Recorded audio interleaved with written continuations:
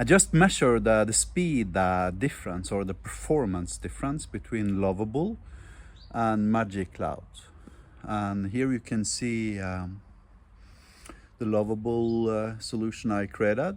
It took 3 minutes to deploy. It cost me 2.8 credits. And here you can see the equivalent Hyperlambda solution. It took me 3 seconds to generate the code required to solve that problem. That means Hyperlambda is roughly 60 times better performance than Lovable.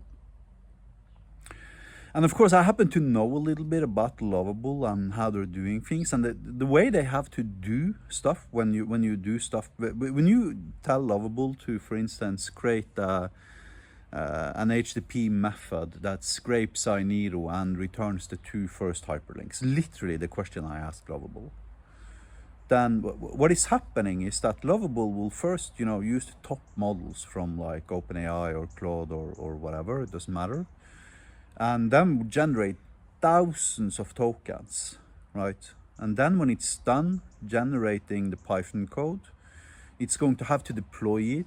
So it probably uses like Docker or something equivalent to that to deploy things, which basically requires its own server, etc., etc.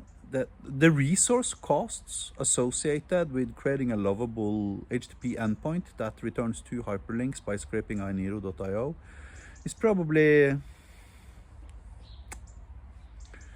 1,000,000 times higher than to executing that Hyperlambda function in process like I'm doing. And yes, the Hyperlambda function I generated here can easily be saved as a part of an agentic workflow. So that means that Magic Cloud is approximately 60 times better performance than Lovable and basically 1,000,000 times less expensive. You see, when I spend 2.8 tokens at Lovable, that translates to roughly 73 cents.